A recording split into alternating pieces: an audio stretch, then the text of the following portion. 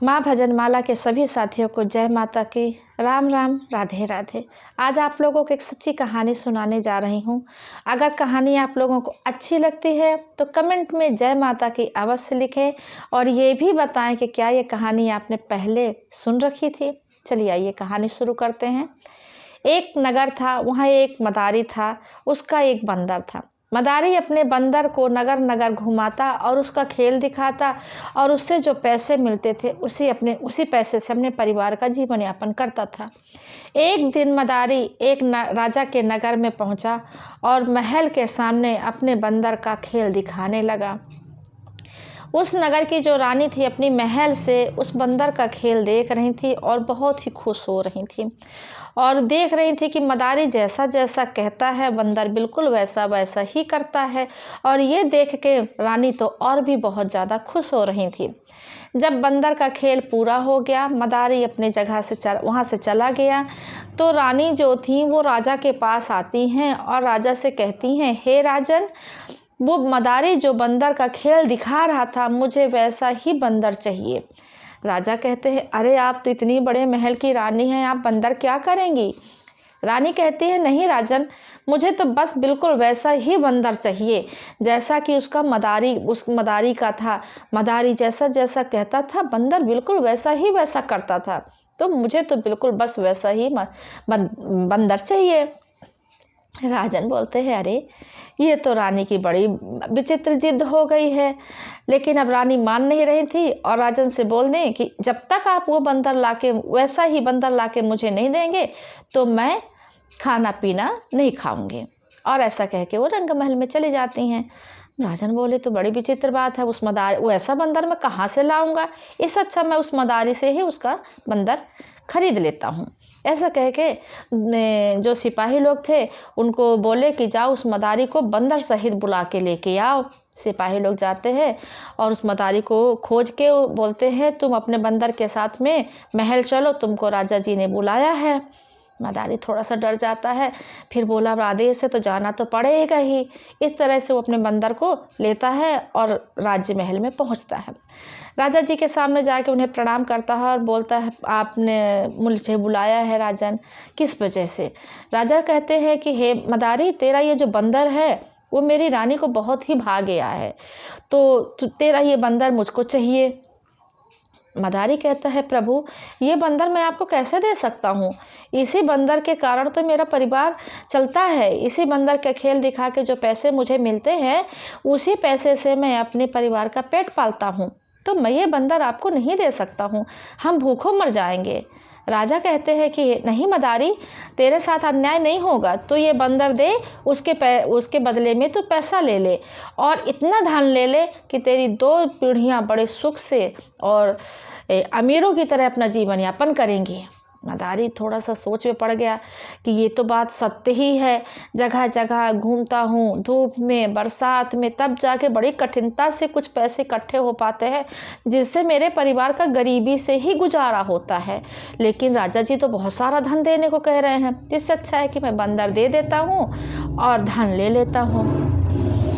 अब मदारी जो था अपना बंदर तो राजा को दे देता है, पर मन में उसके कहीं ना कहीं दुख था कि मेरा इतना अच्छा बंदर, इतना प्यारा बंदर और आज राजा के पास जा रहा है। पर यह भी था कि चलो अब राज्य महल में बड़े सुख से रहेगा और धन लेके वो वहाँ से चला जाता है। राजा जो थे वो बंदर को लेते हैं और रानी के रंग महल में आते हैं और रानी को कहते हैं, लो रानी, ये वही बंदर है जो बंदर तुम मदारी के साथ देखी थी, लो तुम बंदर और अपना जलपान करो।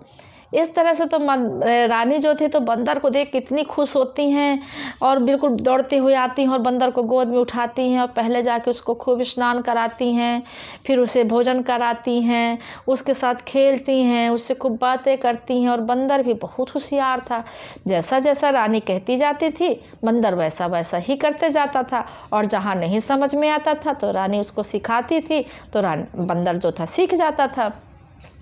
इस तरह करके दोनों का समय बीतने लगा और दोनों के बीच में जैसे मदारी के साथ में बंदर का मेल था वैसे ही रानी के साथ में हो गया। एक दिन क्या हुआ, सुबह रानी उठी और बंदर को स्नान करा के उसे भोजन वोजन करा के और उसे मतलब ऐसे ही अकेले खेलने को छोड़ दी और जाके अपने झरोखे में बैठ गई। थोड़ा मन उनका उदास था। बंदर सोचा कि आज रानी खुश नहीं है, क्या वजह है, चलो रानी से पूछता हूँ। ऐसा सोच के रानी जो बंदर था रानी के पास आता है और कहता है, हे रानी, तुम आज उदास क्यों हो, तुम्हारा चेहरा आज उदास क्यों है। रानी कहती हैं, बंदर तुम मेरी बात को नहीं समझेगा, तू जा यहाँ से। तो बंदर कहता है, नहीं रानी, तुम बताओ तुम उदास क्यों हो सकता है मैं तुम्हारी उदासी हटा सकूं, तुम मुझको बताओ कि क्यों उदास हो। रानी कहती हैं, बंदर तू क्या हटाएगा, पर तू सुन ले कि मैं क्यों उदास हूँ। मेरी कोई संतान नहीं है, मैं इसी चिंता में रहती हूँ कि राजा जी और मेरी कोई संतान नहीं है। हमारे ना रहने के बाद इस राज्य महल का क्या होगा, इस गद्दी का उत्तराधिकारी कौन होगा, ये राज्यपाट सब कैसे चलेगा, यही सोच के मैं परेशान हूँ। बंदर कहता है, हे रानी, तो ये चिंता छोड़ दे, मैं तुझको बेटा दूंगा। रानी कहती हैं, अरे बंदर, तू मुझको बेटा कहाँ से देगा, तू कहाँ पाएगा बेटा। तो बोलता है, रानी तो इतने बड़े राज्य महल की रानी है, तेरे पास इतना धन संपत्ति है, तू बड़े सुख से रहती है, फिर भी तूने अपने हाथों से मुझको स्नान कराया है, मुझे भोजन कराया है, मुझे लोरी सुनाया है, मुझे तूने महल का जो मतलब कहना चाहिए क्या जो सुख है वो तूने सर्वस्व मुझे दिया है, इसके बदले में मैं तुझे एक सुंदर सा बेटा दूंगा, बस तू वही करना जो मैं कहूँ। रानी कहती है, अच्छा चल ठीक है, जैसा तू कहेगा मैं बिल्कुल वैसा ही करूँगी। तो बंदर कहता है, ठीक है रानी, तुम मुझे कुछ पूछना नहीं, ना तुम मुझे बीच में टोकना, और जब तक मैं ना कहूँ तुम राजा जी से नहीं मिलना। रानी बोली, ठीक है, नहीं मिलूंगी। ऐसा कह के बंदर जो था कूदते हुए राजा के पास पहुंचता है और राजा जी से कहता है, हे राजन, आपकी जो रानी है ना वो गर्भवती है। तो राजा जी इतना सुनते ही तो बहुत खुश होते हैं कि अरे बंदर, ये तो क्या बोल रहा है। तो बोलता है, हाँ राजा जी, मैं सच में कहता हूँ, आपकी रानी गर्भवती है, वो माँ बनने वाली है, पर आप रानी से 9 महीने तक नहीं मिल सकते हैं। राजा बोले कि ऐसा क्या। बोले, हाँ राजा जी, मैं जो कह रहा हूँ आपको मानना पड़ेगा, आप रानी से 9 महीने तक नहीं मिलिएगा, जब रानी को कुछ होगा तो मैं आपको आके बता दूंगा, तब आप जाके मिल लीजिएगा। राजा जी कहते हैं, चलो ठीक है, नहीं मिलूँगा, जो कुछ होगा तुम मुझे खबर देते रहना। बोले ठीक है। बंदर रानी के पास आता है। अब इसी तरह से 9 महीने बीत जाते हैं। 9 महीने बीत जाने के बाद रानी कहती हैं, बंदर तुम तो बोले थे मुझे बेटा होगा, और 9 महीने भी हो गए, और अब तो अभी तक तो मुझे कोई बेटा नहीं हुआ, अब बताओ अब क्या करें। और राजा जी को इस तरह से धोखा देना अच्छी बात नहीं है। बंदर कहता है, रानी तुम चिंता ना करो, बस तुम वैसा ही करती जाओ जैसा मैं कहता हूँ, बस अभी भी राजा जी से मिलना नहीं तुम, जब तक मैं ना बोलूँ। रानी तो बोली, है बंदर तो अब मुझे मरवाएगा, और कुछ नहीं, 9 महीने की बात थी और अभी भी कह रहा कि नहीं मिलना है, बेटे की बात थी, बेटा भी नहीं आया है, क्या करूं। ऐसा कह के वो फिर बंदर की बात मान के चुपचाप अपने महल में बैठ जाती हैं। इधर बंदर कूदते कूदते राजा जी के पास आता और कहता, हे राजन, हे राजन, हे राजन। बंदर की बात सुन के, बंदर की आवाज़ सुन के राजा जो थे वो बड़े उसमें खुशी से बोलते हैं, हाँ बंदर बोलो बोलो, क्या बात है। बोले, राजन आपको तो बेटा हुआ है, बेटा, और बड़ा ही सुंदर सा बेटा है। राजा जी की तो खुशी का कोई ठिकाना नहीं था। वो हीरे मोती जवाहर सब बंदर के ऊपर लगे लुटाने। बंदर कहता है, अरे राजा जी, ये हीरे मोती लेके मैं क्या करूँगा, मैं तो जात का बंदर हूँ, ये मेरे किसी काम का नहीं है, इसे आप अपने दास दासियों में बांट दीजिए, पर अभी भी आप अपनी रानी से और पुत्र से नहीं मिल सकते हैं।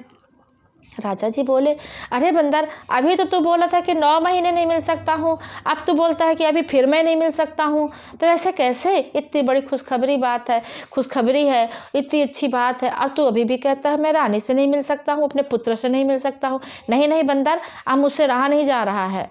बंदर कहता है, नहीं नहीं राजन, अगर आप वहाँ गए तो सब कुछ खंडित हो जाएगा, सब कुछ नष्ट हो जाएगा, ना आपको रानी मिलेगी ना आपका बेटा मिलेगा।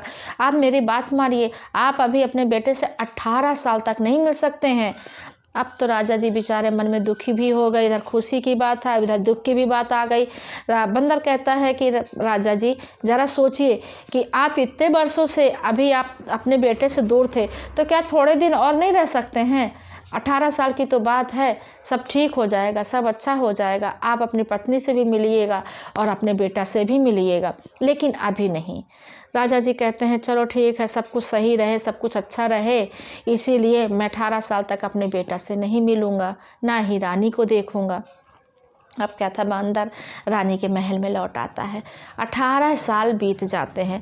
18 साल बाद रानी फिर बंदर से कहती है, हे बंदर, अब तू ही बता, इतने वर्षों से मैं राजा जी को नहीं देखी हूँ, नहीं मिली हूँ, अब मुझसे बिल्कुल नहीं रहा जाता है, अब तो मेरा प्राण दंड संभव ही है, अब मुझे प्राण दंड ही मिलेगा और मेरे साथ साथ तुझको भी प्राण दंड मिलेगा, क्योंकि इतना बड़ा जो धोखा हम लोग राजा जी से किए हैं, ना तो बेटा है, ना तो कोई खुशखबरी है, और इतने वर्षों से मैं राजा जी से मिली भी नहीं हूँ, 18 साल भी बीत गए। अब तो मैं कुछ नहीं जा रही हूँ, राजा से बता दूँगी कि ना तो मैं माँ बनी हूँ, ना मेरा कोई बेटा है, और ना ही कुछ ऐसी बात है। ये तो बंदर के कहने पे ये सब बात हुई है, और इस तरह से वो जो भी दंड देंगे मैं स्वीकार कर लूँगी। बंदर बोलता है, ना ना ना रानी, ऐसी गलती मत करना, अभी तुम एक आखिरी बात मेरी और मान लो, अगर इसके बाद मेरी बात सत्य नहीं हुई तो तुम जो कहोगी मैं वही करूँगा, तुमसे पहले मैं अपने प्राण त्याग दूँगा, पर तुम्हें प्राण त्यागते हुए नहीं देख सकता हूँ। मेरी आखिरी बात मान लो, तुम्हें बेटा और बहू और राजा जी तीनों जन मिलेंगे। रानी बोलती हैं चलो ठीक है, एक आखिरी, जब मरना तो है ही है, पर एक आखिरी बात बंदर की और मान लेती हूँ। बंदर कहता है कि अब तुम वही करना जो मैं कहूँगा। तो बोले ठीक है। इतना कहता है कि तुम अपने मतलब दास दासियों को बुलाओ और एक रथ सजाने को बोलो, और इतना सुंदर रथ सजवाओ रानी कि आज तक किसी भी का रथ ऐसा ना हो, दूल्हे का रथ, मतलब ने वो दूल्हा का रथ बोल रहा है कि दूल्हे का रथ इतना सुंदर सजाओ कि आज तक तीनों लोक में ऐसा रथ किसी ने न सजाया हो। हीरे मोती जवाहरात उसमें लगवाओ, फूलों की लड़ियाँ लगवाओ, उसमें रेशम की फुलझड़ी फुदने लगवाओ, खूब सुंदर सजाओ, और इतना ध्यान रखना कि उस रथ के अंदर क्या है किसी को दिखाई न दे। रानी बोली ठीक है। बोली तुम इतनी तैयारी कराओ, मैं राजा जी के पास जा रहा हूँ। अब बंदर कूदते कूदते राजा जी के पास पहुंचता है। राजा जी से कहता है, राजन, अब तो वो घड़ी आ गई जब आप अपनी रानी से मिलेंगे, बेटा से मिलेंगे और बहू से भी मिलेंगे। राजा कहते हैं, ना तो अभी रानी मिली, ना तो अभी बेटा मिला, और तू बहू की बात करता है। तो बंदर कहता है, नहीं नहीं राजन, अब वो खुशी की घड़ी आने वाली है, वो शुभ दिन आने वाला है जब इन सबसे आपकी मुलाकात होगी। बस एक आखिरी बात मेरी और मान लीजिए, बस चंद ही दिनों में आपका बेटा, आपकी पत्नी, आपकी बहू सब आपके सामने खड़े रहेंगे। राजा बोले, चल बता क्या करना है। बोले, आप नगर में ढिंढोरा पीट दीजिए कि आपको अपने बेटे की शादी करनी है और आप अपने बेटा की शादी लगाइए। बोले चलो ठीक है। अब इस तरह से नगर में ढिंढोरा पीट देते हैं कि राजा जी अपने बेटा की शादी करना चाहते हैं। तो नगर से बड़े बड़े राज्यों से अपनी अपनी बेटियों की जो रिश्ते होते हैं वो राजा जी के पास आने लगते हैं, और राजा जी रिश्ता एक जगह तय कर लेते हैं।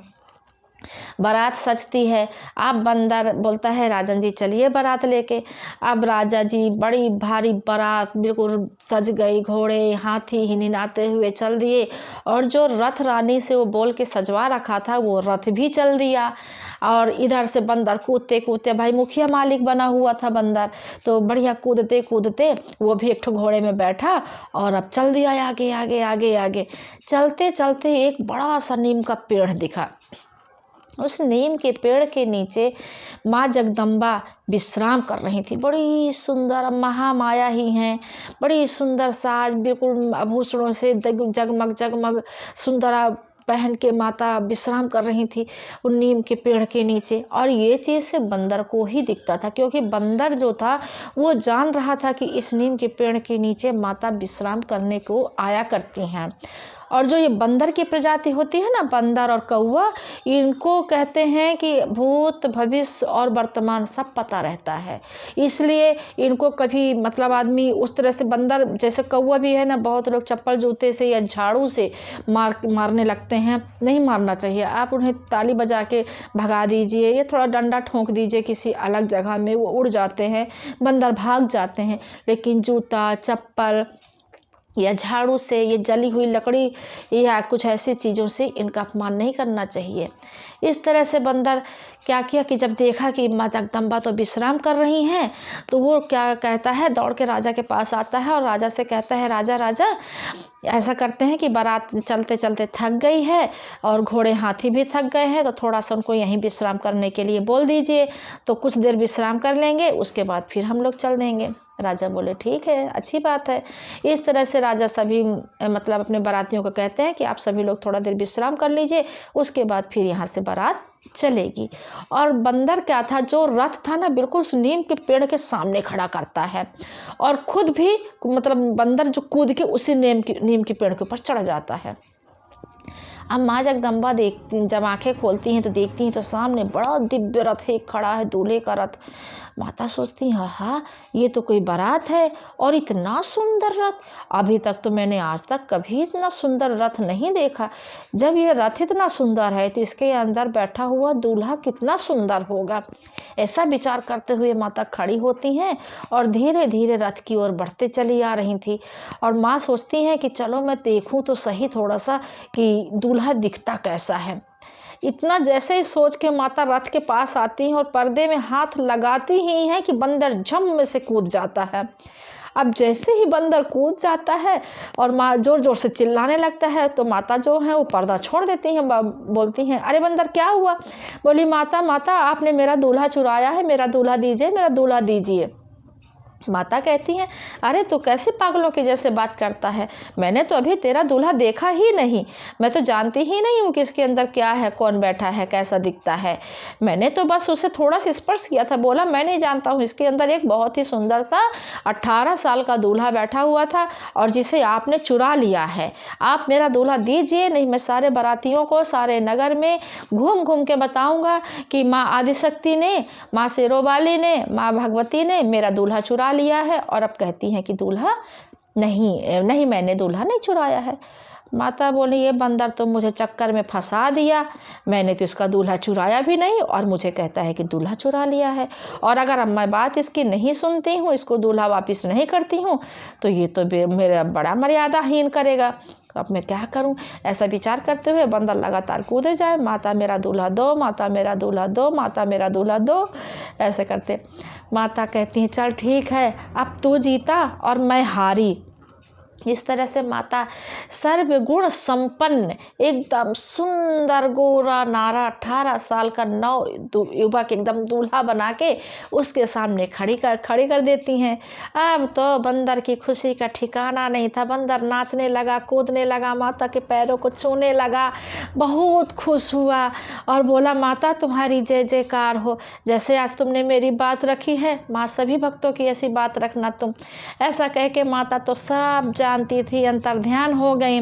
आप क्या था, उस दूल्हे को उसके रथ के अंदर बैठाया, उस जगह पहुंचा जहां राजा जी ने अपने बेटा की शादी लगाई थी, शादी ब्याह हुआ। और वहां से जब राजा जी अपनी बहू को लेके चलते हैं तो बंदर जल्दी से कूदते कूदते सबसे पहले रानी के पास आता है और महल में आके रानी को कहता है, अरे रानी चल जल्दी से सज जा, तू तैयार हो जा, नए नए आभूषण पहन, नए नए वस्त्र पहन, आज देख तेरा बेटा बहू आ रहे हैं। रानी कहती हैं, अरे तू कैसी बात करता है, मैं तो यहाँ मरे जा रही हूँ डर के मारे कि राजा जी को क्या मुँह दिखाऊंगी। अरे मेरे तो दंड तो मिलेगी सो मिलेगी, पर उनके साथ मैं इतना बड़ा धोखा करके जा रही हूँ। बंदर कहता है, नहीं रानी, तूने कोई धोखा नहीं किया है, तूने तो वही किया है जो मैंने बोला है। अरे रानी तू बड़ी भाग्यवान है रे, तुझे तेरा बेटा मिला है, तेरी बहू मिली है, आज तुझे तेरे राजा जी मिलेंगे। और इस तरह से कहते हुए बंदर सारी बात बताता है है और ये भी बताया कि मुझको ये पता था कि माता वहाँ विश्राम करने आती हैं, इसलिए मैंने ये सब सारी बातें तुमसे कही, राजा जी से कही और मनवाई। रानी का तो खुशी का ठिकाना नहीं था, वो तो मारे खुशी के झूमे जा रही थी। पूरे महल में मंगल गान होने लगे, बैंड बाजा बजने लगे, शहनाई बजने लगी। रानी पूरे नए आभूषणों से तैयार हुई और खूब सुंदर सी थाली सजा के जाके द्वार में बंदर के साथ में खड़ी हो गई। और जब उसके बेटा बहू आते हैं तो आरती उतारती है, राजा जी की आरती उतारती है, सबका मिलन होता है फिर से। अब तो सब कोई बहुत खुश थे। राजा रानी बंदर से कहते हैं कि बंदर, तुमने तो वो सुख हमको दिया है जो हम कभी सोचे ही नहीं थे, और तुम अब मांगो कि क्या मांगते हो, जो वर तुम मांगोगे हम तुमको वही देंगे। रानी बड़े प्यार से बंदर को गोद में उठाती हैं और कलेजे से लगाती हैं कि बंदर, तू मांग, आज क्या मांगता है, तू जो भी मांगेगा मैं दूंगी। तो बंदर कहता है, रानी तुझको तेरे राजा मिल गए, बेटा मिल गई, बहू मिल गई, अब तो तेरे खुशी के दिन है, सुख के दिन है।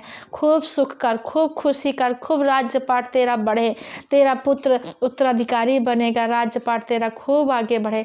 लेकिन रानी तो मुझे मेरे मालिक के पास जाने दे। रानी के आंसुओं के धार बहने लगे, राजा जी के आंसुओं के धार बहने लगे कि एक बंदर इतना सुख छोड़ के आज भी अपने मालिक के पास जाने की आशा लगाए हुआ है। राजा जी बहुत खुश हुए, बोले बंदर, तुमको तुम्हारे मालिक के पास ही पहुंचा दिया जाएगा। इस तरह से बंदर कहता है, हाँ राजन, मैं बंदर और मदारी का ही मेल है। जैसे राजा रानी का मेल होता है वैसे ही मदारी और बंदर का मेल होता है।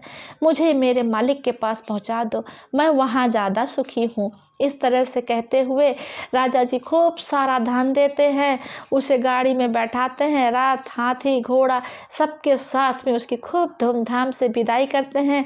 और साथ में राजा रानी और उनके बेटा बहू भी उसके घर पहुंचते हैं, मदारी के घर में। मदारी भी बहुत खुश कि अरे ये क्या हो गया, आज राजा रानी सब परिवार मेरे घर आए हैं और मेरा बंदर भी आया है।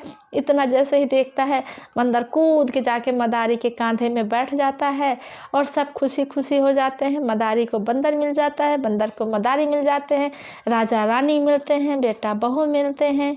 तो इस तरह से माँ भगवती ने जैसे रानी का घर बसाया, वैसे हम सबका भी घर सुख और संपन्न रखें। बंदर को जैसा मालिक मिला वैसे सबके साथ माँ भगवती दया दृष्टि कृपा करें। बोलिए संतोषी माते की जय।